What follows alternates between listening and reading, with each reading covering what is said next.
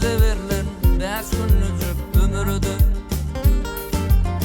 biz birekten uzaklaşmalıyız. Asudoluk hüküm sürüyen dövrde biz birekten uzaklaşmalıyız. Hasıl olsun yürekteki arzular, şükrana bol olayım hetten asmalıyız. Bir saçağa tegelenip cem bolayım. Biz birekten uzaklaşmalıyız. Bir saçağa tegelenip cem bolayım. Biz birekten uzaklaşmalıyız.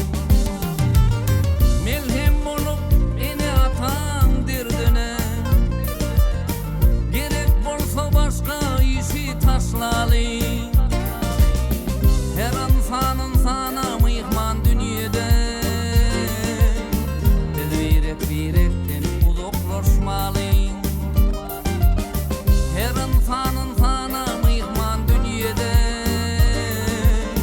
biz birekten uzaklaşmalıyız.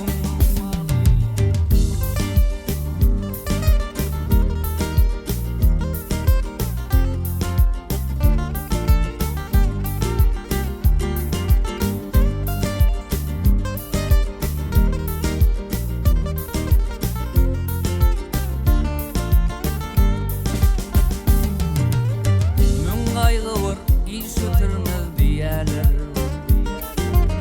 kaygılardan bir yan taşlalı, gülüşüp şartlanıp dünyanı undu. Biz birekten uzaklaşmalıyız. Büyük Allah yaşa deyip erdimi, bundan beyle yaşamaya başlalıyız. Koyda yapsa her halada farkı yok. Biz birekten uzaklaşmalıyız. Koyda yapsa her halada farkı yok. Biz birekten uzaklaşmalıyız. Bize verilen ömür kıyıska olsa da,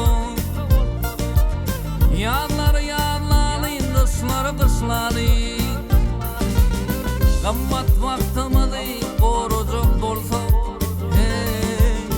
biz birekten uzaklaşmalıyız. Bir saçağa tegelenip cem bolayım. Biz birekten uzaklaşmalıyız. Biz birekten uzaklaşmalıyız.